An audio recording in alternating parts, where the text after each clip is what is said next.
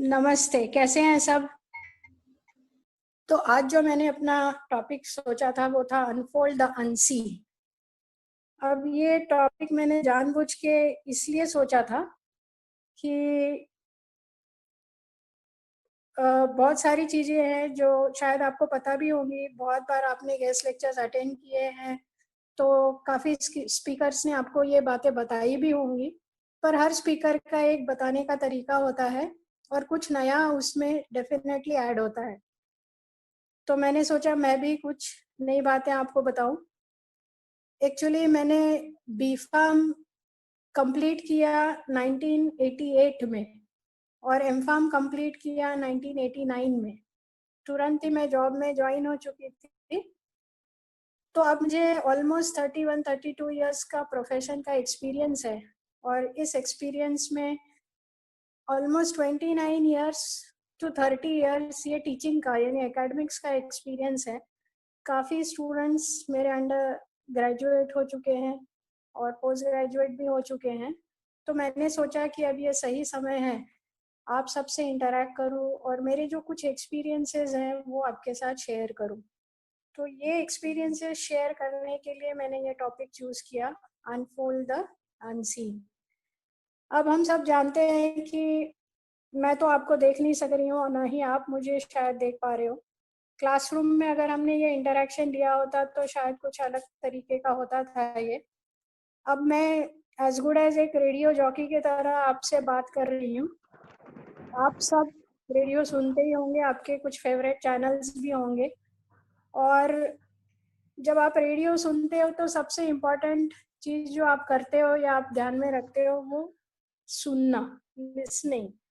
तो वही आपको अभी भी करना है क्योंकि ये क्लासरूम सेशन नहीं है, ये वेब सेशन होने के वजह से मैं एक जॉकी की तरह बात कर रही हूँ और आपने सुनना है। सिर्फ फ़र्क इतना ही है कि वहाँ बीच बीच में गाने भी बजते हैं, कुछ एडवर्टाइजमेंट्स भी आती है, वो यहाँ पे नहीं है। वैसे देखो तो ये एक एडवांटेज है, बट आपको ढंग से इसे सुनना है। अगर आप सुनोगे तो डेफिनेटली कुछ ना कुछ message at the end of this presentation आप ले जाओगे। तो जैसे मैंने कहा कि मैं सिर्फ मेरा और मेरा एक्सपीरियंस शेयर करने वाली हूँ आपके साथ। अब इस एक्सपीरियंस की बात करें तो जब भी कोई हम कॉलेज की बात करते हैं या इन जनरल बात करते हैं तो इस यूनिवर्स ने हमें ये चॉइस नहीं दिया है कि हम कैसे रहें या कैसे पैदा हों। हम में से कुछ काले हैं, कुछ गोरे हैं, कुछ नाटे हैं, कुछ लंबे हैं, कुछ मोटे हैं, कुछ पतले हैं। किसी में कुछ डिसेबिलिटी भी अनफॉर्चुनेटली हो सकती है। किसी के बाल बड़े हैं, किसी के छोटे हैं, किसी के काले हैं, किसी के भूरे हैं, किसी की आंखें अलग हैं। तो ये कहने का मतलब ऐसा है कि ये चॉइस जो है ये हमें नेचर ने नहीं दिया है। हम किस कास्ट में जन्म लें, किस रिलीजन में जन्म लें, किस घर में जन्म लें, यहाँ तक कि हमारे माता पिता कौन हो, ये भी चॉइस हमें यूनिवर्स ने नहीं दिया है। तो ये चॉइस हमें न देने के बावजूद उन्होंने या नेचर ने हमें फिर भी एक बहुत बड़ा चॉइस हमारे साथ रखा हुआ है, वो है समय। समय सबको यूनिवर्स ने एक ही दिया है या समान दिया हुआ है। That means everyone has the same amount of time in a day, that is 24 hours. It is just how depends how you use it.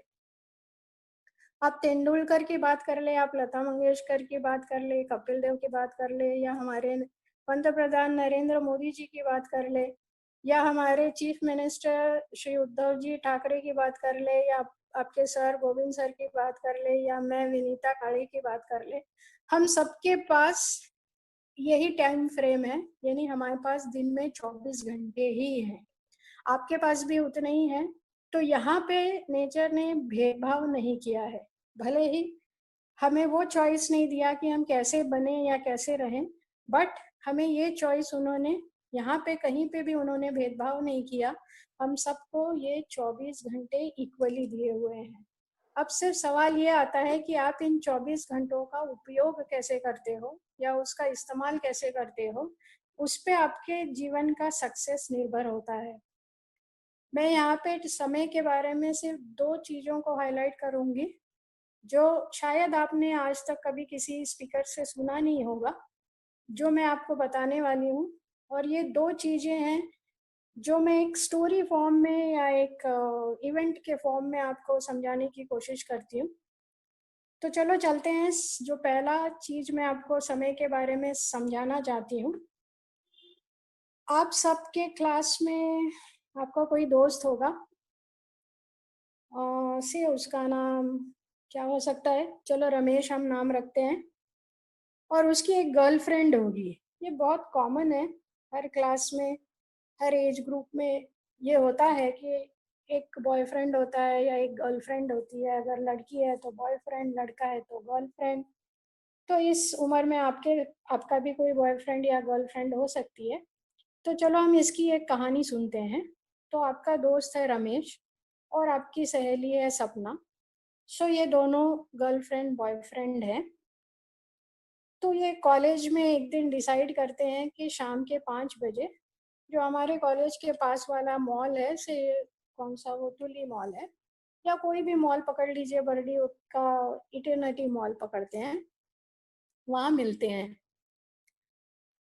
तो जब वो डिसाइड करते हैं कि हमने मिलना है वहाँ पे, तो डेफिनेटली आपको एक्चुअली जवाब देना है कि रमेश ज़्यादा एक्साइटेड होगा ऑब्वियसली मिलने के लिए। तो वो इस मॉल में कितने बजे जाएगा? अगर मैं 5 बजे की बात करती हूँ, आप देखोगे कि रमेश कॉलेज से 4 बजे ही निकल जाएगा सपना को मिलने के लिए इटर्निटी मॉल में। यानी समय तय हुआ है 5 बजे का, पर वो 4 बजे ही निकल जाएगा। शायद वो अपने एग्जाम या सेशनल एग्जाम में भी कभी ऐसा नहीं करता होगा। अगर सेशनल एग्जाम का टाइम 11 बजे का है तो वो 11 बजे डॉट पहुंचेगा कॉलेज या निकलेगा घर से, और 11:10 को क्लासरूम के अंदर होगा। बट यहाँ पे कुछ मामला अलग है, उसे अपने सहेली से मिलना है, अपने गर्लफ्रेंड से मिलना है, तो वो 1 घंटे पहले अपने मॉल निकलता है मॉल को जाने के लिए। से अंदाजे 20-25 मिनट का रास्ता होगा। सो हम पकड़ते हैं 4:30 बजे वो मॉल में पहुंच गए। अब जब वो मॉल में पहुंच जाता है तो वो इधर उधर, उसको पता है वो समय से पहले आया हुआ है, तो वो इधर उधर टाइम पास करता है, एक जगह पकड़ता है, एक कोना पकड़ता है, वहाँ पे मोबाइल लेके बैठ जाता है और कुछ अपने फेसबुक से इंस्टाग्राम से ब्राउज करते हुए बैठता है। आप भी सब शायद ऐसे ही करते होंगे। 4:45 बज जाते हैं।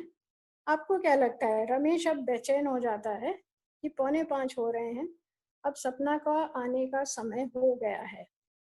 तो वो क्या करता है कि इधर उधर थोड़ा सा टहलता है, फिर एकदम से ध्यान में आता है कि सपना के साथ समय बिताना है, तो मैंने वॉशरूम जाके आना चाहिए। तो वो वॉशरूम चला जाता है। वॉशरूम से बाहर आता है, 5 को 10 मिनट कम होते हैं, या से 5 मिनट कम होते हैं। तो एकदम से वो थोड़ा सा एक्साइट या एंजाइटी में आ जाता है और सोचता है कहीं सपना आ तो नहीं गई, मैं जब जितने समय के लिए वॉशरूम गया उसके बीच कहीं सपना आ तो नहीं गई। तो वो इधर उधर देखता है, तो उसके ध्यान में आता है नहीं, अभी तक सपना आई हुई नहीं है। अब वो थोड़ा बेचैन हो जाता है कि 5 बजने का समय हो गया है और हमने 5 बजे मिलने का सोचा, और ये अभी तक आई क्यों नहीं। इसलिए वो एंट्रेंस तक जाता है फिर से एक बार, और फिर से थोड़ा सा चक्कर लगाता है कि अब आ रही होगी, बार बार घड़ी देख रहा है एंट्रेंस मॉल के, और देख रहा है कि अभी तक सपना आई नहीं। 5 भी बज चुके होते हैं, 5:05 हो जाते हैं। अब इसकी बेचैनी और बढ़ जाती है और वो पार्किंग एरिया तक पहुंच जाता है, देखने के लिए कि कहीं वो पार्किंग एरिया में तो आ नहीं गई और कहीं उसके गाड़ी को पार्क करने में दिक्कत तो नहीं आ रही है। पर वो पाता है कि सपना अभी तक वहां नहीं पहुंची है। अब इसकी बेचैनी और बढ़ जाती है, बट उतने में उसको सपना आते हुए दिखती है, एकदम खुश हो जाता है और दोनों हाथ मिलाते हुए मॉल के अंदर शॉपिंग बोलो, विंडो शॉपिंग बोलो, या जो भी उनका था प्लान, वो करना शुरू कर देते हैं। अब वो दोनों बड़े मस्त हैं, इधर उधर घूम रहे हैं और जो भी उनका शॉपिंग था वो कर रहे हैं या विंडो शॉपिंग कर रहे हैं, कुछ खा रहे हैं फूड कोर्ट में जाके। और अचानक से सपना के ध्यान में आता है कि शाम के 7 बज गए हैं। वो रमेश को दिखाती है अपनी घड़ी और कहती है कि 7 बज गए हैं, अब मुझे घर जाना होगा, नहीं तो मम्मी पापा को पता चल जाएगा। अब रमेश उससे कहता है, अभी तो सिर्फ 7 बजे हैं, इतनी जल्दी क्या है। आप शायद समझ रहे होंगे कि मुझे क्या कहना है। जब सपना 5 बजे आई नहीं तो वो बेचैन हो रहा था, और वो जैसे ही आई थी उसने उसको कमेंट किया था, इतनी देर क्यों हो गई। और अब 2 घंटे हो चुके हैं, दोनों एक साथ घूम रहे हैं, मिल रहे हैं, और अब वो कह रहा है इन 2 घंटों को कि आप इतने जल्दी क्यों जाना चाहती हैं। तो समय जो होता है ये हमेशा रिलेटिव होता है। रिलेटिव इन द सेंस, जब आप किसी चीज को एंजॉय कर रहे होते हैं या जो चीज आपको पसंद आ रही होती है, उस समय आपको समय का पता नहीं चलता है।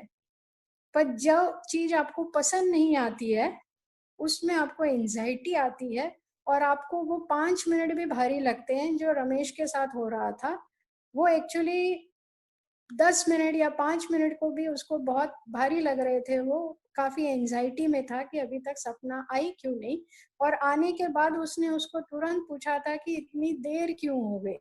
और जब वो जाने का समय था 2 घंटे बाद, तो कह रहा था कि इतनी जल्दी क्या है। तो आप समझ गए होंगे कि जो चीज आप एंजॉय करते हो उसमें आपको समय का पता नहीं चलता है, बट एक्चुअली वास्तव में ये आपका टाइम वेस्ट हो रहा होता है अगर आप कोई प्रोडक्टिव काम वहां नहीं कर रहे होते हो। तो इससे आपको एक्चुअली बचना है।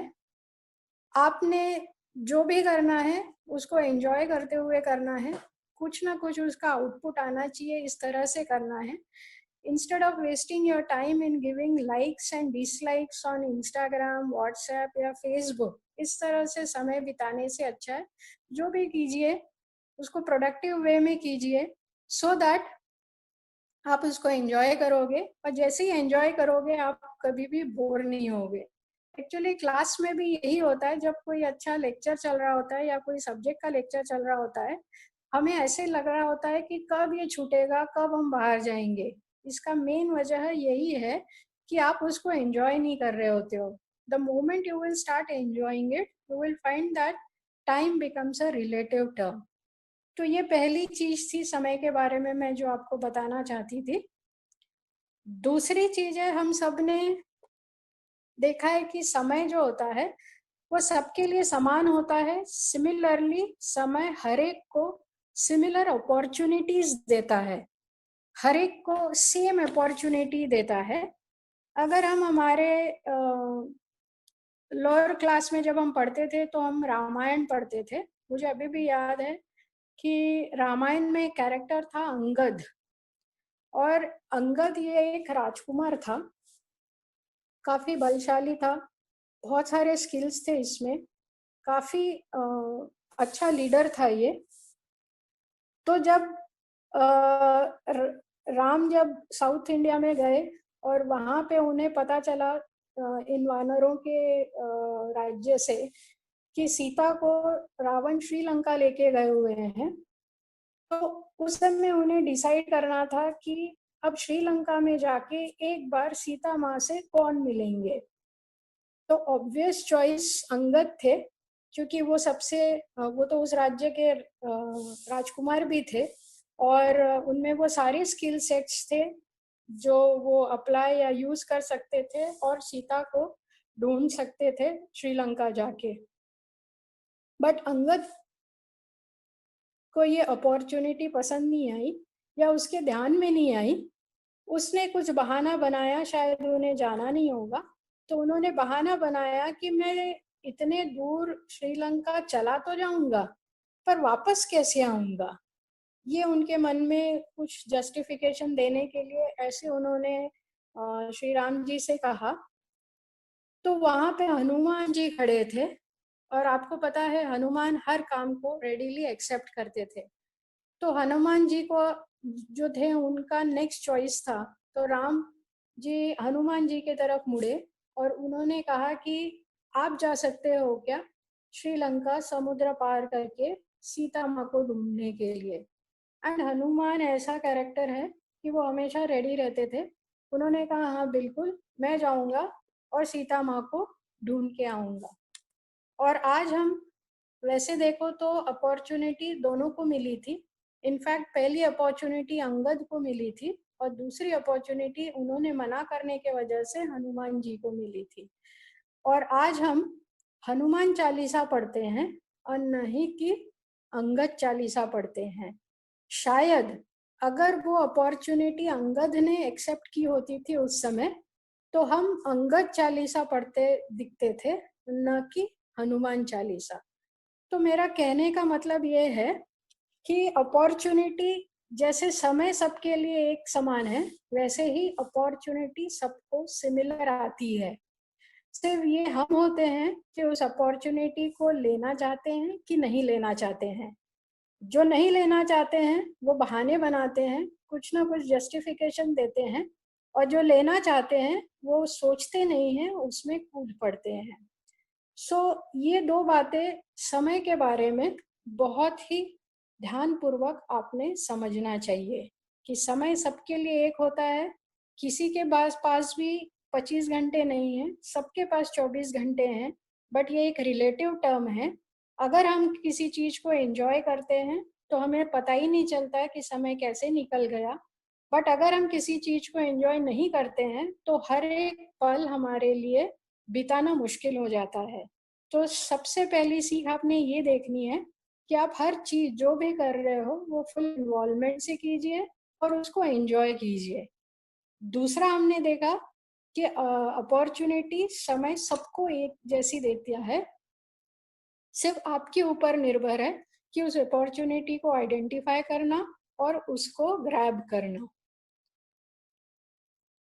अब दूसरी बात मैं आपको बताना चाहूंगी कि मनुष्य और दूसरे जानवरों में कुछ सिमिलैरिटीज होती हैं। अगर हम हमारे पुराने पुराण पढ़ते हैं या हमारे पुराने ग्रंथ देखते हैं तो कहा जाता है कि हर लाइफ को 4 चीजें समान मिली हुई हैं, वो भले ही मनुष्य हो या कोई जानवर हो।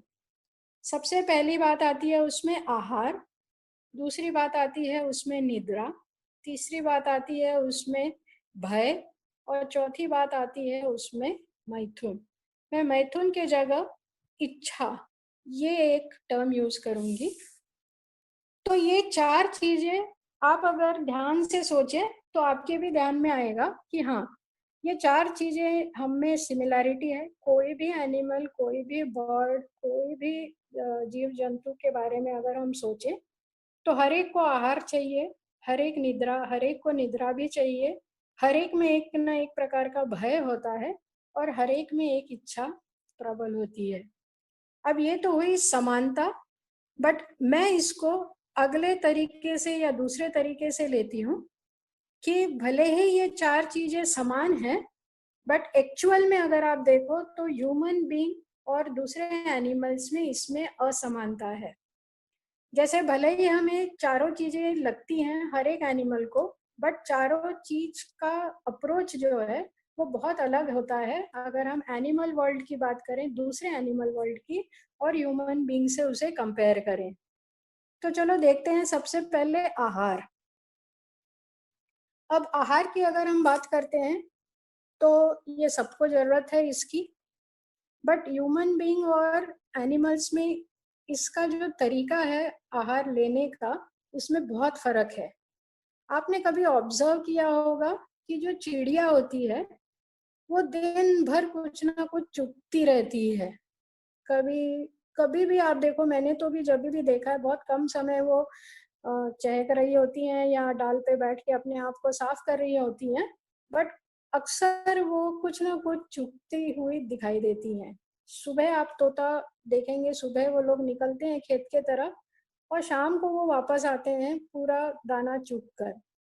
तो ये कंटिन्यूअसली, कहने का मतलब है कि ये कंटिन्यूअसली खाते रहते हैं, वैसे ही आपने ऑब्जर्व किया होगा सुअर को, सुअर भी आपको हमेशा कुछ ना कुछ खाते हुए नजर आएगा।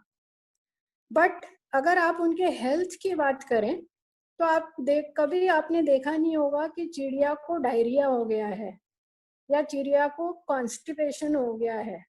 वैसे ही सुअर को डायरिया हो गया है या सुअर को कॉन्स्टिपेशन हो गया है। कहने का मतलब मैं ये कहना चाहती हूँ कि उनके बॉडी का कॉन्स्टिट्यूशन ही अलग है। भले ही आहार हमें जरूरत है, बट उनके आहार का रिक्वायरमेंट अलग है या नीड अलग है, वेरएज हमारे आहार की नीड बहुत अलग है। आप में से कितने जन हैं अभी भी जो लॉकडाउन में, यानी अभी 4 लॉकडाउन हमारे खत्म हो चुके हैं, इसमें नियमित रूप से एक्सरसाइज कर रहे थे या घर के घर में वॉक कर रहे थे या कोई भी तरीका फिजिकल एक्टिविटी कर रहे थे? मैं जानती हूँ बहुत जनों ने कंटिन्यू किया होगा ये एक्टिविटी, बट फिर भी 30-40% अभी भी ऐसे होंगे जिन्होंने कुछ भी नहीं किया ये 4 लॉकडाउन में, अपने हाथ पैर बिल्कुल भी हिलाए नहीं, in the form of exercise. I am not saying कोई काम कर रहे थे आप, but in the form of exercise. या फिर लॉकडाउन के पहले भी कितने जन थे या हैं जो नियमित कुछ ना कुछ फिजिकल एक्टिविटी करते थे, कहीं ये जिम जा रहे हैं या स्विमिंग कर रहे हैं या कुछ खेल रहे हैं या वॉक पे जा रहे हैं। मैं जानती हूँ कि यहाँ भी 30 से 40% लोग कुछ नहीं कर रहे थे या स्टूडेंट्स कुछ नहीं कर रहे थे। तो ये आपको समझना बहुत जरूरी है कि हमारा शरीर, human body is made in such a way that आप जितना उससे एक्टिविटी लोगे, जितना फिजिकल एक्टिविटी लोगे, उतना वो स्वस्थ रहेगा। अगर आप आदि मानव की बात करते हैं तो आपको पता होना चाहिए कि वो हजारों मील चलता था। इसका मतलब ही ये है कि हमारे जो पेशियां बनी हुई है, यानी मसल सिस्टम जो बने हुए हैं, वो फिजिकल एक्टिविटीज के लिए ही बने हुए हैं। आज हम बहुत सारे डिजीजेस से सफर करते हैं, हाइपरटेंशन है, डायबिटीज है, ओबेसिटी है या जो भी है, उसका मेन रीजन है कि हम इन मसल्स का यूज नहीं करते हैं। उस वजह से हमें ये सारी प्रॉब्लम्स या ये सारे डिजीजेस आते हैं। तो आपको अपने आहार पे फोकस करना बहुत जरूरी है। हम एनिमल्स जैसे नहीं हो सकते। आपको दिन में 3 से 4 बार ही खाना खाना है।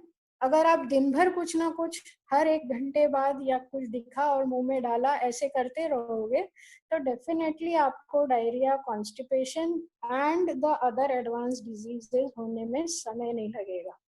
तो आप देखोगे आहार ये नीड हमारी भी है और एनिमल्स की भी है, बट दोनों के नीड में बहुत फर्क है। अब दूसरा जो समानता हमने देखी थी, निद्रा यानी स्लीप।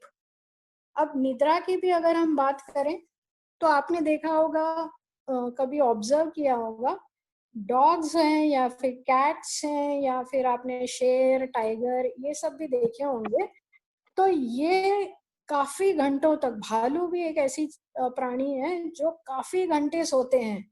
इनफैक्ट मैंने सिर्फ सुबह के समय डॉग्स को ऐसे एक्टिव देखा हुआ है 2-3 घंटे। उसके बाद जब भी आप उनके तरफ देखो वो सोए हुए रहते हैं। सिमिलर इज विद द, हम जब भी वाइल्ड एनिमल का चैनल देखते हैं तो काफी समय हमें देखने को मिलता है कि वो सुस्ता रहे होते हैं एनिमल्स। तो कहने का मतलब उनका बॉडी का कंस्टिट्यूशन ऐसा है कि 24 घंटे में से वो 15 से ज्यादा घंटे सो सकते हैं। इनफैक्ट मैंने पढ़ा है कि पोलर बेयर जो होता है, जो हिम प्रदेश का जो भालू होता है, वो 6 महीने सोता है जब हिमपात हो रहा होता है। बट उसको कभी भी कहीं पे भी ऐसा रिपोर्ट नहीं है कि उसको वेरिकोस वेन हुआ है या उसको चलने में दिक्कत आती है या उसको शिकार करने में दिक्कत आती है वो 6 महीने के बाद वाले पीरियड में। सिमिलर इस केस विद डॉग्स या जो भी आप एनिमल्स देखते हो जो इतने घंटे सोते हैं, उनको कभी भी कोई भी हेल्थ का ऐसा इश्यू नहीं आता है because of the sleep. But अगर मैं ह्यूमन बीइंग की बात करती हूँ, तो अगर हम ज्यादा सोने के आदी हैं या हम ज्यादा सोते हैं तो बहुत सारे डिजीजेस को हम आमंत्रण कर रहे होते हैं। इसके फैक्ट्स हैं, इसके बहुत सारे पुरावे हैं, साइंटिफिक स्टडीज की हुई है लोगों ने कि 8 घंटे के बाद या उसके ऊपर जो भी लोग सोते हैं, they are prone to suffer from few of the diseases. Maybe obesity हो सकती है, मे बी डायबिटीज हो सकता है, हाइपरटेंशन हो सकता है, कुछ भी। ओके बहुत सारे डिजीजेज हैं, बट ये हम जानते हैं इसलिए हम इसके बारे में मैं बता रही हूँ। सो निद्रा में भी आप देखोगे कि भले ही ये सबकी एक नीड है, सारे एनिमल्स की कॉमन नीड है, बट इसमें असमानता है। एनिमल्स को कुछ नहीं होता है जब वो सोते हैं या ज्यादा सोते हैं, बट डेफिनेटली ह्यूमन बीइंग्स को हेल्थ के इश्यूज आ सकते हैं जैसे ही वो ज्यादा सोता है। तो इसके तरफ आपने ध्यान देना है। तीसरा जो कॉमन कैरेक्टर हमने देखा था वो होता है भय, यानी फियर। अब हमने फार्माकोलॉजी सबने पढ़ी हुई है, तो उसमें हमने एक टर्म हमेशा यूज करते हैं, फाइट एंड फ्लाइट, है ना। यानी आप सामना कीजिए किसी परिस्थिति का या वहां से भाग निकलिए। तो फाइट एंड फ्लाइट ये जो टेंडेंसी होती है ये सारे एनिमल्स में सेम होती है। फियर, उसी को हम फियर कहते हैं। तो ये टेंडेंसी सारे एनिमल्स में समान होती है। कोई भी एनिमल आप ले लीजिए, सबको भय होता है। वैसे ही हमारे ह्यूमन बीइंग्स को भी भय होता है। बट अगर आप ध्यान से देखें तो आपने कभी देखा होगा चिड़िया को चुगते हुए, या डॉग्स को सोते हुए, या कैट्स को सोते हुए। अब मैं इनका एग्जाम्पल इसलिए ले रही हूँ कि ये हमारे आसपास दिख जाते हैं हमेशा, इसलिए जब मैंने उन्हें ऑब्जर्व किया तो मैंने देखा कि थोड़ा सा भी आवाज हुआ या आपकी हलचल हुई तो वो तुरंत अलर्ट हो जाते हैं। चिड़िया भी आपने देखा होगा, कभी इधर चुगती है, फिर इधर उधर देखती है, फिर उधर से चुगती है, फिर इधर उधर देखती है। वैसे ही कुत्ता भी आपने देखा होगा, डॉग को भी, कि वो जैसे ही थोड़ा भी आवाज हुआ एकदम से डर जाता है, एकदम से अलर्ट हो जाता है। So this is a very common feature. हमने हरिण देखा है टीवी पे, हमने शेर को भी देखा है, सारे सारे एनिमल्स आपने देखे होंगे कि it's a very common feature कि वो तुरंत अलर्ट हो जाते हैं और अलर्ट फॉर्म में ही रहते हैं।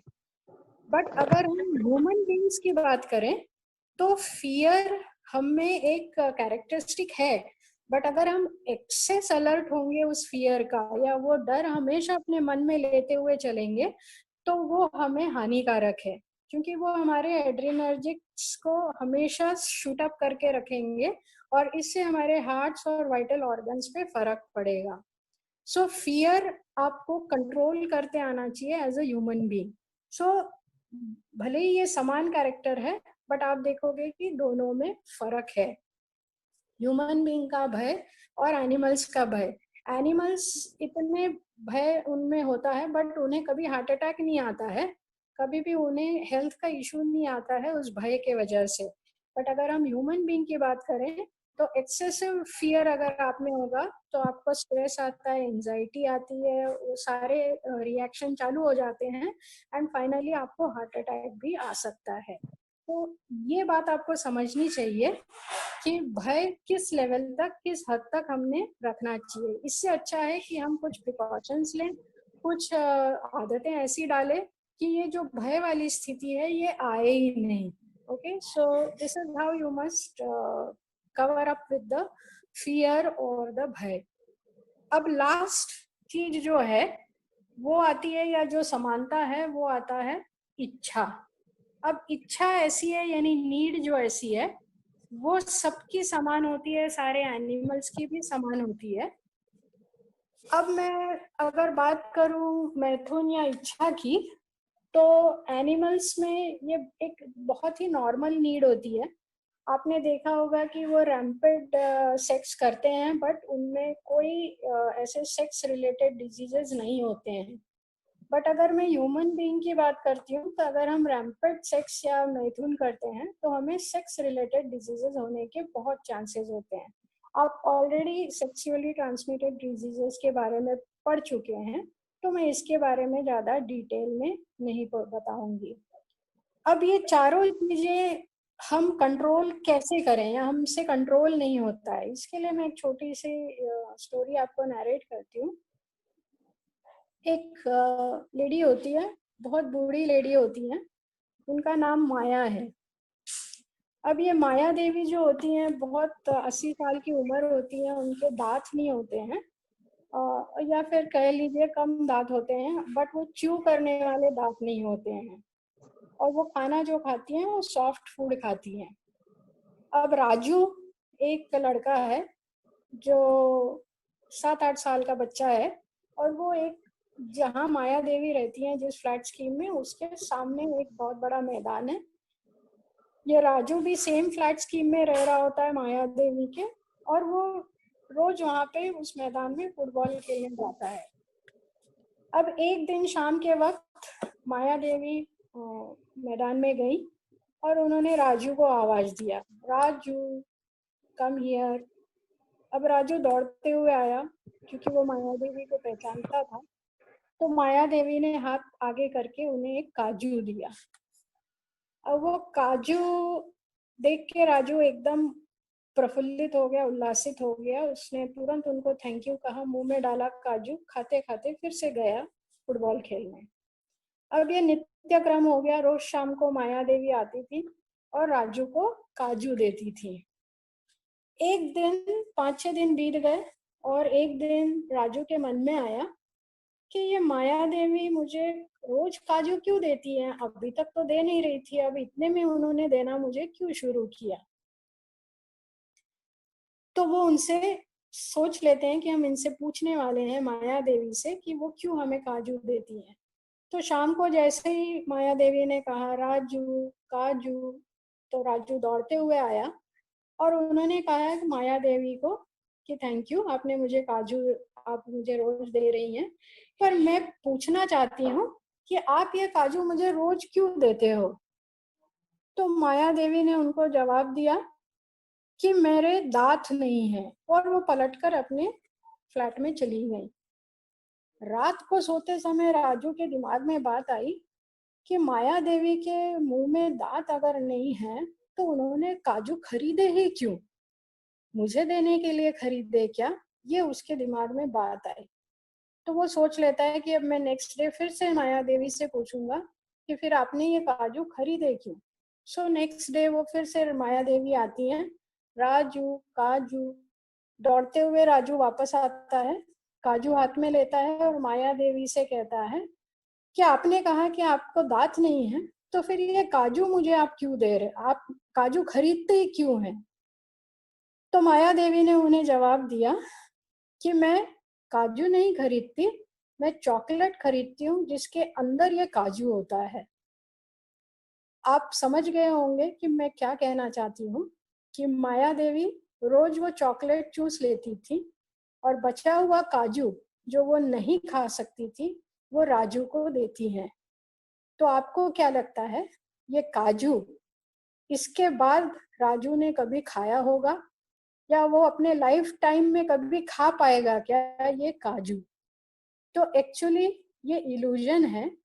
ये जो हम आहार ले रहे हैं अलग अलग तरीके का, या सोने में मजा ले रहे हैं, या इच्छा में मजा ले रहे हैं, ये बेसिकली एक इल्यूजन है। तो इस पे आपको कंट्रोल करते आना चाहिए। सिमिलर वे में ये जो हम फेसबुक्स पे बैठे रहते हैं या इंस्टाग्राम्स देखते हैं या जो भी हम मीडिया पे बैठे हुए हैं, इसमें भी आपको कंट्रोल आना चाहिए। ये जरूरी है, it's a need, but then it should be in a very limited way. ये एक मैसेज मैं आपको देना चाह रही थी। तो अभी तक आपने लॉकडाउन पीरियड 1 to 4 में काफी कुछ किया होगा। बहुत जन एकदम मोबाइल यूज करने में माहिर हो गए होंगे, बढ़िया तरीके से हर ऐप, हर तरीके से वीडियोज, ये वो सब चीजें वो बनाना सीख गए होंगे।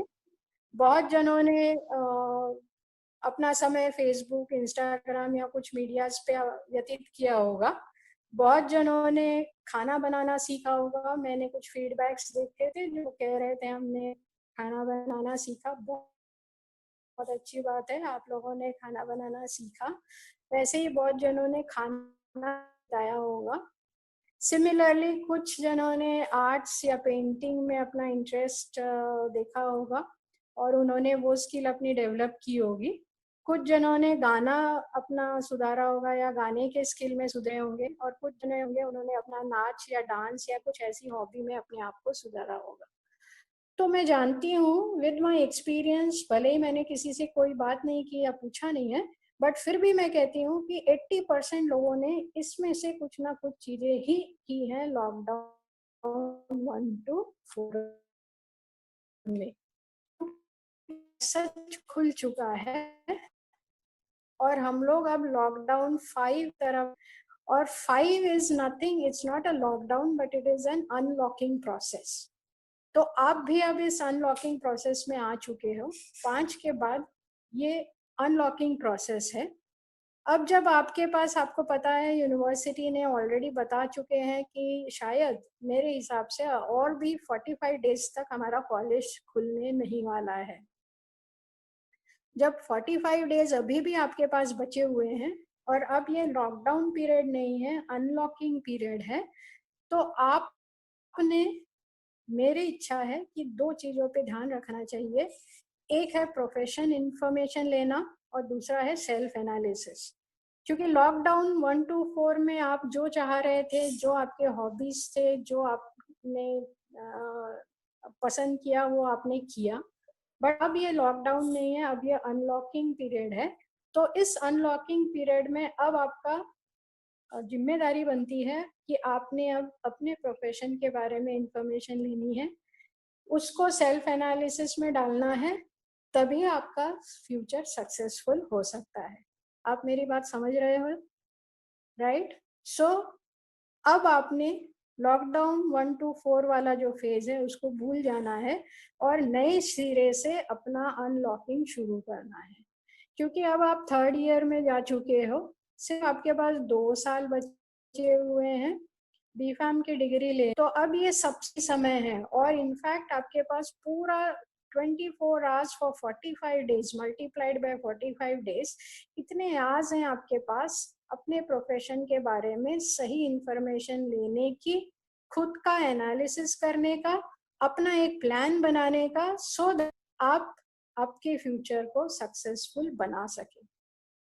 अब अगर मैं बात करती हूँ फार्मा करियर की, तो आप देखोगे कि फार्मेसी का स्कोप तो बहुत है, सबने बहुत कुछ आपको बताया कि जॉब आप जहाँ चाहो वहाँ ले सकते हो। इनफैक्ट मेरा भी यही मानना है कि सबसे अच्छा कोई प्रोफेशन होगा तो फार्मेसी है। यहाँ पे हम जैक ऑफ होते हैं और उस वजह से हम कोई भी फील्ड में एंटर हो सकते हैं, not only in pharmacy but allied pharmacy के भी जो फील्ड हैं, जैसे फूड है, उसके बाद कॉस्मेटिक्स हैं, फिर एग्रीकल्चर हैं, इस फील्ड में भी हम एंटर हो सकते हैं जस्ट बिकॉज हम जैक ऑफ ऑल हैं। इन शॉर्ट अगर मैं देखूं फार्मा के ऑप्शंस, तो सबसे पहले आता है सेल्स। सेल्स है, मार्केटिंग है, प्रोडक्ट मैनेजमेंट है, ट्रेनिंग है, मार्केट रिसर्च है।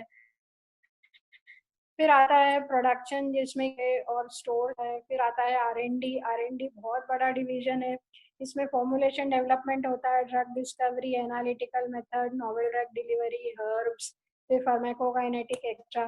फिर अगर हम हॉस्पिटल की बात करें तो कम्युनिटी फार्मेसी आती है, उसमें रिटेल फार्मेसी भी है,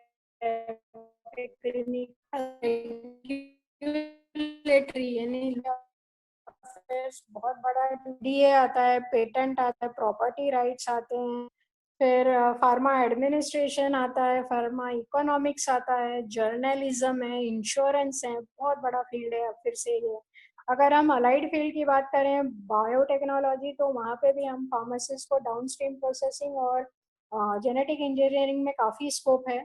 अगर मैं एंटरप्रेन्योरशिप की बात करूँ तो फिर से बहुत बड़ा स्कोप है एंटरप्रेन्योरशिप के लिए, जैसे होलसेल है, रिटेल है, मैन्युफैक्चरिंग है, सप्लाई है, कंसल्टेंसी है। तो इन शॉर्ट ये बहुत ही बड़ा फील्ड है।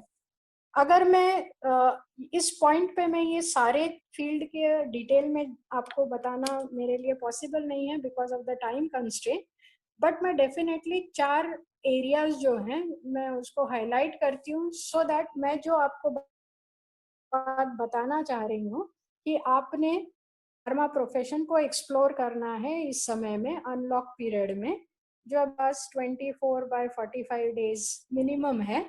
और दूसरा उसको रिलेटेड सेल्फ एनालिसिस करना है, सो दैट आप एक सक्सेसफुल फ्यूचर बना सके।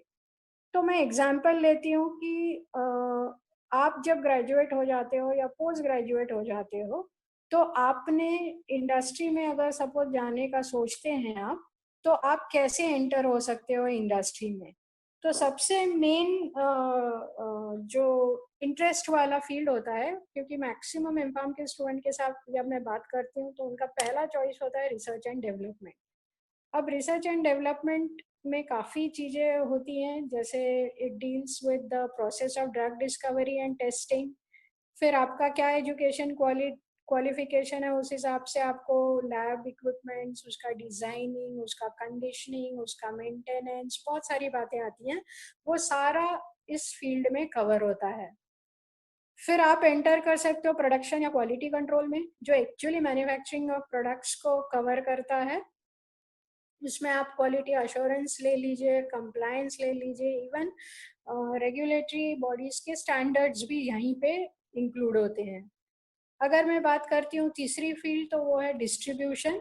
डिस्ट्रीब्यूशन यानी actually sales and retailers, doctors, promoters, stakeholders, इनको आपको जो आपके प्रोडक्ट्स देने हैं उसको मैं कहती हूँ डिस्ट्रीब्यूशन फील्ड।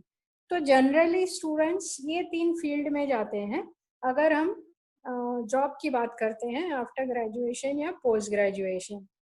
अगर मैं R&D की बात करूं और कॉम्पिटेंसीज एंड स्किल्स क्या रिक्वायर्ड हैं इस फील्ड के लिए, तो आप देखोगे कि आपको एक्सपेरिमेंट का डिज़ाइन करते आना चाहिए, न्यू ड्रग का नॉलेज होना चाहिए, न्यू प्रोसेस डिज़ाइन करते आना चाहिए, आपको फार्माकोलॉजिकल इफेक्ट समझ में आने चाहिए, आपको रिकॉर्ड मेंटेनेंस आना होना चाहिए, डेटा एनालिसिस करते आना चाहिए। इसके बावजूद जो स्किल्स लगते हैं उसमें आप एनालिटिकल स्किल आपकी बहुत अच्छी होनी चाहिए, आपको आप इंटरैक्टिव होने चाहिए आपके पीयर्स के साथ, आपके लीडर्स के साथ। वैसे ही आपकी मल्टी डिसिप्लिनरी टीम होती है, तो उनके साथ इंटरैक्ट आपको करते आना चाहिए।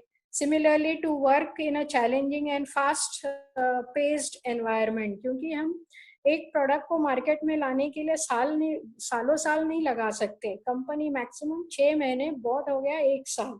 अभी भी आपने देखा होगा इस कोविड सिचुएशन में हर एक जन जुटा हुआ है कि कितने जल्दी हमारा वैक्सीन आए, सो दैट इस कोविड सिचुएशन से हम बाहर आ पाए। तो हर एक जन कोशिश कर रहा है कि 6 महीने के अंदर आ जाना चाहिए, 2 महीने के अंदर आ जाना चाहिए। तो एक टाइम लिमिट होता है, बहुत समय हम उस पर काम नहीं कर सकते हैं। तो फास्ट पेस एनवायरनमेंट होता है, तो नेचुरली आप पे बहुत ज़्यादा स्ट्रेस होता है, मल्टीटास्किंग आपको आना चाहिए। Similarly strong attention in the organization skills, ये भी बहुत नेसेसरी कॉम्पिटेंसी होती है अगर आप R&D में जाना चाहते हो। दूसरा हमारा फील्ड आता है प्रोडक्शन का। अगर हम प्रोडक्शन की बात करते हैं तो मेनली आपका जो काम होता है वो फार्मास्यूटिकल कंपोनेंट्स और प्रोडक्ट्स को मैन्युफैक्चर करना होता है। तो नेचुरली इसमें बहुत सारे मशीन्स, बहुत सारे इक्विपमेंट्स का हैंडलिंग होता है, तो वो भी आपको करते आना चाहिए। फिर बहुत सारे रेगुलेशंस होते हैं, बहुत सारे प्रोसीजर्स होते हैं, बहुत सारे डॉक्यूमेंटेशंस होते हैं, तो वो भी आपको एनालाइज एंड हैंडल करते आना चाहिए। अगर मैं कॉम्पिटेंसीज की बात करूं तो स्ट्रॉन्ग अटेंशन यानी कॉन्सेंट्रेशन, ये आपका बहुत अच्छा होना चाहिए। ऑब्जर्वेशन, ये आपका बहुत अच्छा होना चाहिए। सिमिलरली आप में एक खूबी होनी चाहिए क्वालिटी ओरिएंटेड की, ये क्योंकि एक हैबिट होता है, वो ओरिएंटेशन होनी चाहिए। सिमिलरली आपका ओरल और रिटर्न कम्युनिकेशन बहुत ज्यादा कोऑर्डिनेट से कोऑर्डिनेट टीम से कोऑर्डिनेट कर रहे हो तो काफी आनी चाहिए, समझानी चाहिए। तो इसके लिए आपका कम्युनिकेशन स्किल बहुत अच्छा होना चाहिए। सिमिलरली आपका एनालिटिकल एबिलिटी अच्छा होना चाहिए और गुड ऑर्गेनाइजेशन स्किल होना चाहिए। अगर मैं बात करती हूँ डिस्ट्रीब्यूशन की, तो यहाँ पे बेसिकली हम मार्केटिंग की बात करते हैं, जहाँ हम हमारे प्रोडक्ट्स को फिजिशियंस या डॉक्टर्स या इंस्टीट्यूशंस को डिस्प्ले करते हैं या समझाते हैं कि हमारे प्रोडक्ट में दूसरे क्या चीज़ें अलग है, हटके हैं या कुछ अच्छी हैं या ज़्यादा एडवांटेज में है, ये हम उन्हें समझाते हैं। तो इसके लिए नेचुरली आपका जो वो पर्सनल एंड कम्युनिकेशन स्किल ये सबसे इम्पोर्टेंट है, अगर मैं बात करती हूँ डिस्ट्रीब्यूशन की। उसके बाद प्रोडक्ट एंड इंडस्ट्री नॉलेज, ये बहुत इम्पोर्टेंट है कि आपको आपके प्रोडक्ट के बारे में सारी डिटेल, जो चीज सेम प्रोडक्ट को बना रही है कोई होगी, बट उस इंडस्ट्री के बारे को पूरा डिटेल मालूम होना चाहिए। सिमिलरली बेसिक कंप्यूटर लिटरेसी आनी चाहिए। डिलीजेंट, रिलायंटेड, गोल ओरिएंटेड होने चाहिए, क्योंकि टारगेट्स होते हैं, वो टारगेट आपको कंप्लीट करने और आप ऑनेस्ट होने चाहिए। And finally ability to handle the pressure, क्योंकि डिस्ट्रीब्यूशन और प्रोडक्शन ये दो एरिया ऐसे हैं। वैसे तो इवन R&D में भी बहुत प्रेशर होता है, बट यहाँ पे ये फील्ड ऐसे हैं कि सबसे ज्यादा यहाँ पे प्रेशर रहता है। तो ये कुछ कॉम्पिटेंसीज हैं जो आप में आनी चाहिए। बहुत जॉब नहीं करना चाहते हैं, इंडस्ट्री में जाना और वो एंटरप्रेन्योर बनना चाहते हैं। अगर मैं फार्मा एंटरप्रेन्योरशिप की बात करूं, तो जो कॉम्पिट, भले ही आप एक ड्रग स्टोर डालिए, डिस्ट्रीब्यूशन सेंटर डालिए, या आपका खुद का मार्केटिंग का कोई फर्म डालिए, कीजिए आप एंटरप्रेन्योरशिप में, बट कॉम्पिटेंसीज आपको लगती हैं उसमें सब इम्पोर्टेंट है लीडरशिप, क्योंकि आप के अंडर लोग काम करने वाले में आनी चाहिए। Similarly business development and strategy, आपका आपको वो एक नैक होना चाहिए how to develop the business and how to frame the strategy, क्योंकि उसी पे आपका सक्सेस निर्भर करने वाला है। सिमिलरली आपको इंफॉर्मेशन टेक्नोलॉजी का यूज अच्छी तरीके से आना चाहिए, जैसे व्हाट्सएप है या फेसबुक है, but not to chat with the friends और your peers, but to use it for your branding or for your marketing purpose. Similarly sales and marketing skill, देखो हर एक को अपने आप को बेचते आना चाहिए, this is very important. So sales and marketing skill आपको आनी चाहिए। Similarly टीम वर्क में आपको काम करते आना चाहिए। फिर इंटरपर्सनल मैनेजमेंट, क्योंकि बहुत सारे लोगों से आपको बार बार इंटरैक्ट करना है, तो ये जो इंटरपर्सनल मैनेजमेंट है ये आना चाहिए। और प्रोजेक्ट मैनेजमेंट, कुछ भी अगर आप आपके एंटरप्रेन्योर्स का ग्रोथ देखना चाहते हो एंटरप्राइज का, तो आपको अलग अलग चीजें एक्सपेरिमेंट करनी पड़ेंगी, अलग अलग प्रोजेक्ट्स में हैंडल करना पड़ेगा, अलग अलग प्रोडक्ट्स लाइन लानी पड़ेगी, तो उसके लिए आपको प्रोजेक्ट मैनेजमेंट का स्किल आना चाहिए। तो कहने का मतलब ये है कि आपको इस समय में आपका प्रोफेशन, क्योंकि अब आप बी फार्म जब 2 साल में हो जाओगे, तो आपको एक लेवल आएगा कि आपको कुछ तो डिसाइड करना पड़ेगा कि मैंने क्या करना है लाइफ में, कौन से एरिया में जाना है फार्मा फील्ड के, क्योंकि बहुत बड़ा एरिया है। मैंने जैसे आपको कहा बहुत बड़ा एरिया है, मैंने तो सिर्फ 4 बातें आपको बताई, बट अगर आप आपको जो मैंने चार्ट था, ऐसे कहते हैं 33 सेक्शंस या डिविजन्स हैं फार्मा के, जहां मैं जॉब ले सकती हूँ आफ्टर माय ग्रेजुएशन या पोस्ट ग्रेजुएशन। तो इतने 33 एरियाज को एक्चुअली समझना होगा। जब आप इनको पूरे अच्छी तरीके से समझोगे, उनमें कौन सी कॉम्पिटेंसीज लगती हैं, क्योंकि ये जो कॉम्पिटेंसीज हैं ये हम आपको क्लासरूम में नहीं पढ़ाते हैं, ये इसका कोई टेक्स्ट बुक नहीं होता है, इसका कोई एग्जाम नहीं होता है। ये कॉम्पिटेंसीज आपको खुद को सीखनी पड़ती हैं, उसका गाइडेंस लेना पड़ता है, और वो अपने आप में डेवलप करना पड़ता है एज अ हैबिट। ओके, सो ये आपको समझना बहुत जरूरी है कि आप हार्ड स्किल तो ले लोगे, यानी कोई डिग्री तो आप अच्छी से ले लोगे, बट ये कॉम्पिटेंसीज भी उसके साथ मैच होनी चाहिए, तो ही आप उस फील्ड में सक्सेसफुल हो सकते हो। शायद मैं बहुत क्लियर हूँ कि मुझे क्या मैसेज देना है, कि अब आपकी जिम्मेदारी बनती है इस अनलॉक पीरियड में कि आपने अपने प्रोफेशन के बारे में पढ़ना है। रिसोर्सेज बहुत सारे हैं, नेक्स्ट टाइम जब मैं कोई टॉक दूंगी तो उसमें मैं आपको रिसोर्सेज के बारे में बताऊंगी कि आपने कैसे अपनी इंफॉर्मेशन गैदर करनी है, कौन से साइट्स हैं जहाँ से आप अपनी इंफॉर्मेशन गैदर कर सकते हो। सिमिलरली ये जो कॉम्पिटेंसीज हैं उसके बारे में भी बताऊंगी मैं कि कैसे आप इनको अपने लाइफ स्टाइल में ला सकते हो, कैसे अपने आप को उसमें सीख सकते हो और उसको एक हैबिट के तरह से ले सकते हो, राइट। सो पर आपको अभी ये जानना जरूरी है और आपको आपका वर्क शुरू करना बहुत जरूरी है। दो बातें हमेशा याद रखना कि कोई भी जॉब के लिए या एंटरप्रेन्योरशिप के लिए मिनिमम पोस्ट ग्रेजुएशन होना बहुत जरूरी है, और दूसरा कंप्यूटर स्किल की कॉम्पिटेंसी होना बहुत जरूरी है। ये मिनिमम है। देखिए, आप कहीं पे भी जाओगे तो आपको कंपटीशन मिलने वाली है। आज इतने फार्मा ग्रेजुएट्स होते हैं, यानी बी फार्म होते हैं, तो अगर आपको कुछ हट के अपने आप को प्रूव करना है तो आप कम से कम पोस्ट ग्रेजुएट तो होने ही होंगे, सो दैट आपका एक फील्ड फिक्स हो जाता है, जिस फील्ड को आप नैरो डाउन हो जाते हो और उस फील्ड में आपको एंटर करने में आसानी हो जाती है। और दूसरा है कंप्यूटर स्किल। इसके बिना तो आप कुछ नहीं कर सकते। तो अगर आप में ये स्किल है, बहुत अच्छी बात है। नहीं है तो ये सबसे सही समय है कि आपने इस स्किल को डेवलप करना शुरू करना चाहिए, क्योंकि आपके पास समय ही समय है। तो अपने at least computer skills, I am not saying mobile handling skills या कोई app handling skills, I am talking about the core computer skills. कम से कम माइक्रोसॉफ्ट के जो चार पावर पॉइंट प्रेजेंटेशन, वर्ड है या फिर एक्सेल शीट है, कम से कम ये तो भी आपको बहुत अच्छी से आने चाहिए, उनको हैंडल करते आना चाहिए, क्योंकि तभी एप्लीकेशन स्किल यानी रिटर्न कम्युनिकेशन स्किल और बाकी के कॉम्पिटेंसीज जैसे हैं data analysis, data piling, data, ये सारा उसी के थ्रू हो सकता है।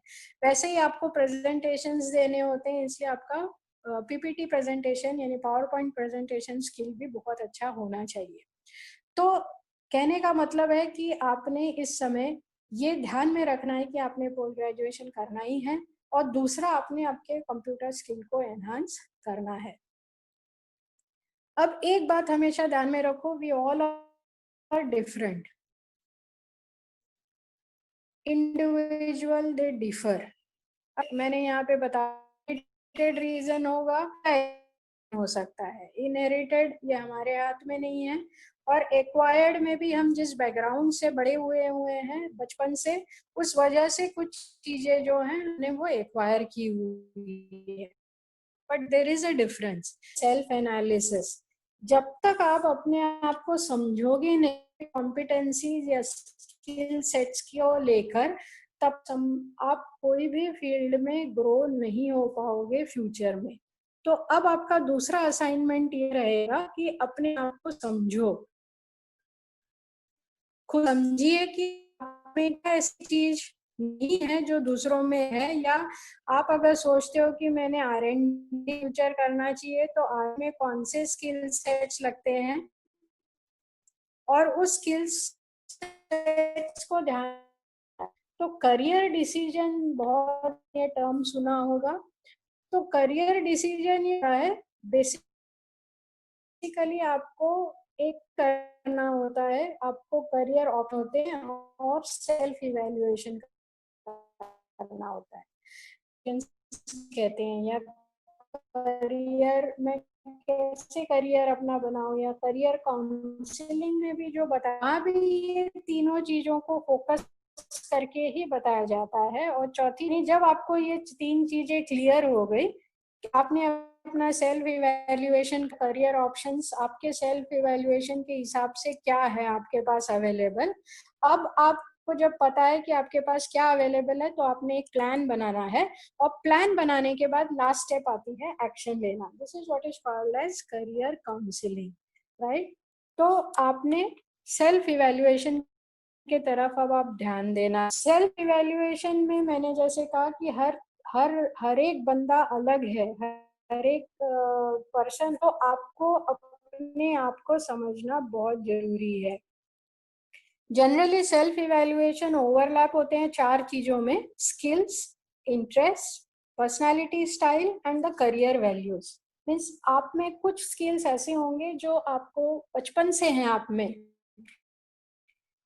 आपने उसके लिए कुछ भी मेहनत नहीं की है, कोई क्लास नहीं लगाया या किसी डिस्कस नहीं किया या बात नहीं की है, बट ये आपको इनहेरिटेड स्किल्स हैं और वो उसमें आ चुके हैं। दूसरा आता है इंटरेस्ट। बहुत बार हमें इंटरेस्ट होता है किसी चीज में, जैसे कोई सब्जेक्ट चॉइस जब आता है इन्फॉर्म करने में, तो मुझे एक फार्मास्यूटिक्स इस सब्जेक्ट में इंटरेस्ट है, तो मैं इसी में मेरा करियर बनाना चाहूंगी, इससे रिलेटेड फील्ड में। तो ये इंटरेस्ट की बात। Personality style. अब पर्सनालिटी स्टाइल में ऐसा आता है कि मुझे से फॉर एग्जांपल मैं कहूँगी कि मुझे घूमना बहुत पसंद है। अब घूमना पसंद है, लोगों से बात करना मुझे बहुत पसंद है, तो मेरे लिए शायद मार्केटिंग या सेल्स ये एक अच्छा प्रोफेशन हो सकता है, या एकेडमिक्स ये मेरे लिए अच्छा प्रोफेशन हो सकता है, क्योंकि यहाँ पे बहुत जनों से मुझे इंटरेक्ट करने का मौका मिलता है जो मेरे पर्सनालिटी या को सूट करता है। सिमिलरली मुझे घूमना पसंद है, तो बहुत सारे कॉन्फ्रेंसेज या कोई वर्कशॉप्स या रिफ्रेशर कोर्स में मैं जा सकती हूँ। अगर मुझे सेल्स है तो सेल्स में मैं घूम घूम सकती हूँ। So this is my personality style. Okay, but अगर मैं जबरदस्ती मुझे ये चीजें पसंद नहीं है और मैं मार्केटिंग चूज कर लेती हूँ, तो मैं फ्रस्ट्रेट फील करना शुरू करूंगी। क्यों? क्योंकि मुझे लोगों से बात करना पसंद नहीं है, उनसे इंटरेक्ट करना अच्छा नहीं लगता है, न ही मुझे घूमना बिल्कुल भी पसंद है। बट अब मजबूरी के वजह से अगर आप कहते हो कि मैं मार्केटिंग में चली गई हूँ, तो आप देखोगे कि आप बिल्कुल भी वो लाइफ आपका एंजॉय नहीं कर रहे होते हैं, and there is no point in doing which you don't enjoy, क्योंकि फिर हर मोमेंट आपका स्ट्रेसफुल होगा। हर समय आपको एंजाइटी रहेगी उस समय की। हम समय की बात ऑलरेडी कर चुके हैं कि अगर आप कोई चीज एंजॉय करते हो तो आपको समय कैसे बीता आपको पता नहीं चलता है, बट अगर आप कोई चीज एंजॉय नहीं करते हो तो बहुत बड़ा फेज हो जाता है ये समय का। तो आपको अपनी पर्सनालिटी स्टाइल समझना जरूरी है। उसके बाद आता है करियर या कोर वैल्यूज। अब वैल्यूज यानी क्या?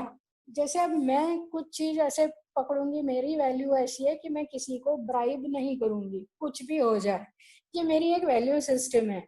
अब इस वैल्यू सिस्टम में मैं ये सारे जॉब अपॉर्चुनिटीज में कहाँ फिट होती हूँ? अगर मैं कहूँ कि मुझे आपको ध्यान में रखनी है जब भी आप अपना स्किल इवेल्युएशन करोगे, सेल्फ इवेल्युएशन, कि आप में कौन से स्किल सेट्स हैं जो इनहेरिटेड हैं, फिर आपने डिसाइड किया है कि मैंने प्रोफेशन में जाना है तो उसमें कौन सी कॉम्पिटेंसीज हैं, उसमें से नेचुरल आप में जो है बहुत अच्छा है, जो नहीं है सीखनी है, तो you have to note down what are the competencies I will require to move into manufacturing area. और जब भी आपको अपॉर्चुनिटी मिले वो स्किल सेट्स आपको एनहांस करने पड़ेंगे। Similarly is with the interest, similarly is with the personality, similar is with your value system.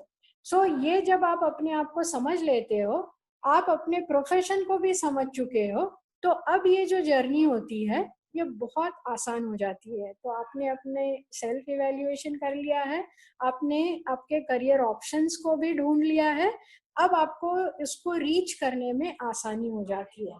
But reach करते समय तीन चीजों का फिर से ध्यान रखना कि उस जॉब में या उस एरिया में आपकी ड्यूटीज क्या होंगी, आपके रिस्पॉन्सिबिलिटीज क्या होंगे, और आपको कौन से स्किल सेट्स आने जरूरी होंगे। तब ये जो जर्नी होगी आपकी सक्सेस की, ये बहुत आसान हो जाएगी, बहुत स्मूथ हो जाएगी। वैल्यूज की जो मैंने आपको बात की, तो ये वैल्यूज होते हैं कुछ, जैसे अचीवमेंट्स हैं, फिर इंडिपेंडेंस है, रिकॉग्निशन है, रिलेशनशिप है, सपोर्ट है, वर्किंग कंडीशन है, जोग्राफिक लोकेशन है। जोग्राफिक लोकेशन भी एक वैल्यू सिस्टम हो सकती है कि नहीं मुझे मुंबई में नहीं रहना है, ये मेरा एक वैल्यू सिस्टम था, सो आई लेफ्ट मुंबई। मैंने 2 साल जॉब किया बट मैंने छोड़ दिया मुंबई। मेरा प्रोफाइल इतना नहीं बैठ रहा था। तो वैल्यू सिस्टम, कुछ वैल्यू सिस्टम्स मैंने आपको जस्ट एक एग्जाम्पल करके बताया है। किसी को होता है सपोर्ट सिस्टम चाहिए, फैमिली का सपोर्ट, तो वो चाहते हैं कि नहीं मैडम मैं नागपुर नहीं छोड़ सकता, मैं मेरे मम्मी पापा को नहीं छोड़ सकता। So that becomes a value system. और फिर उस हिसाब से आपको सोचना है कि फिर आपके प्रोफेशन में आपके लिए कौन सी अपॉर्चुनिटीज बचती हैं, फिर इस अपॉर्चुनिटीज में मुझे कौन से स्किल्स लगेंगे, हार्ड स्किल कौन सी लगेगी, यानी मैंने कोर्स कौन सा लेना चाहिए मेरे ग्रेजुएशन के बाद, और सॉफ्ट स्किल्स कौन सी लगेंगी वो अपॉर्चुनिटी के लिए। सो इस तरीके से जब आप इसको इंटरलिंक करके सोचोगे, तो you will find that your journey becomes very simple, right? हर एक बात आपने ध्यान रखनी चाहिए कि करंट की क्या डिमांड है। खैर अभी तो आप जॉब में नहीं जाने वाले हो, आपको 4 साल है, 2 साल ग्रेजुएशन और 2 साल पोस्ट ग्रेजुएशन। और हमारी फार्मा इंडस्ट्री तो बहुत डायनामिक फील्ड है, हमेशा चेंज होती रहती है, हर 6 महीने में चेंज होती है, तो इसके बारे में तो फिलहाल नहीं आपको सोचना है। अब जब ये सब हो जाएगा तब आपको एक डिसीजन लेना है, क्योंकि decide what fits with you depending on what are the pros and cons, who are you, and what you want in life, and use the smart system to achieve it. This is what I actually wanted to communicate with you. ये slide को मैंने फिर से reciprocate किया कि समय हमारे पास कम है, सबके पास इक्वल है। अब हमारा अनलॉक पीरियड शुरू हो चुका है, तो इस अनलॉक पीरियड में हमने क्या करना चाहिए। ये जो 3rd ईयर ऑनवर्ड्स आपका जो 4 साल का फेज है, ये बहुत क्रूशियल है। 2 साल आपने कुछ नहीं सोचा, बहुत अच्छी बात है, कुछ सोचा होगा और भी अच्छी बात है, बट अब आपने सोचना शुरू करना चाहिए कि सबसे पहले तो आप फार्मेसी में आए, ये क्यों आए। चलो ठीक है, किसी एक्सीडेंटली आप आ गए यहाँ पे, बट अब आपका ये फ्यूचर है, तो नेचुरली अब आपने सोचना शुरू करना चाहिए 2 साल बाद कि मैंने कहाँ तक इस फील्ड में जाना है, because it is such a wonderful field that the sky is the limit. आप कोई भी हद तक इस फील्ड में जा सकते हो, कितने भी, अगर आप जॉब भी कर रहे होंगे तो भी आपकी salary structure 1 crore per year के ऊपर जा सकती है। सारे क्लासमेट हैं जिनकी सैलरी आज 1 करोड़ के ऊपर है इस साल में, राइट। सो इवन जॉब में भी सैलरी या पैसा is not an issue, entrepreneurship में तो कोई इशू ही नहीं है, आप इतना पैसा कमा सकते हो, इतना नाम भी कमा सकते हो। तो ये सब तभी पॉसिबल होगा जब आप उसके लिए समय दोगे और सोचना शुरू करोगे।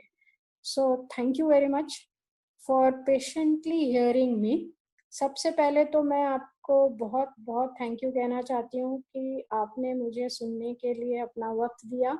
दोपहर के वक्त जो शायद आपके सोने का वक्त होगा, या चैट करने का वक्त होगा, या कुछ नई चीज करने का वक्त होगा, उस समय आपने मुझे अपॉर्चुनिटी दी अपने आप को प्रेजेंट करने की, या मेरी बात आपको रखने के लिए, या मेरी बात आपके सामने रखने के लिए। ये केवल मेरा एक्सपीरियंस है जो मैं आपके साथ शेयर कर रही हूँ। I am thank you so much and now Govind sir is there. Yes, ma'am. Thank you. I would like to thank you, ma'am, first for selecting such a topic which makes the students more enthusiastic in this lockdown period, because all of we are aware about what to do, how to do, and when to do. You very well said that we have, all of us have a 24-hour time period, and it ups to you. That means how you are going to utilize this 24-hour time period, because it is same for each and every human being. So thank you once again, ma'am. If anyone having any question or query, you can unmute Thank you so yourself much. and you can interact with the ma'am. Please किसी को कोई question होगा तो please पूछिए।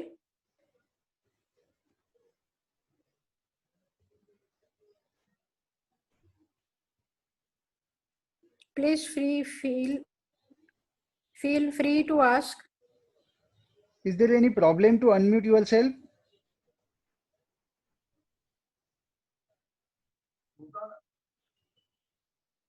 Atharva, you can unmute yourself.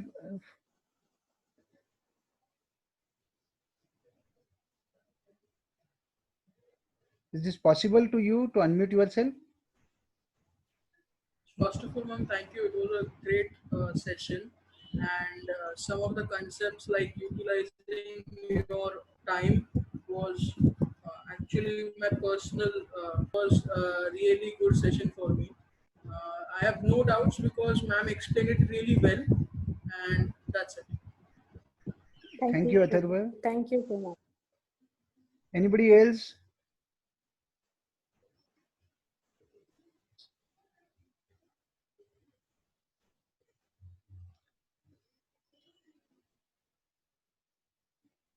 You can unmute yourself. चलो sir, शायद किसी का कोई question- Okay. Okay. Thank you, ma'am. Thank you for such a wonderful session. Thanks a lot. So, thank Thanks a you. lot. Thank you all the students for kind listening. Thank you. See you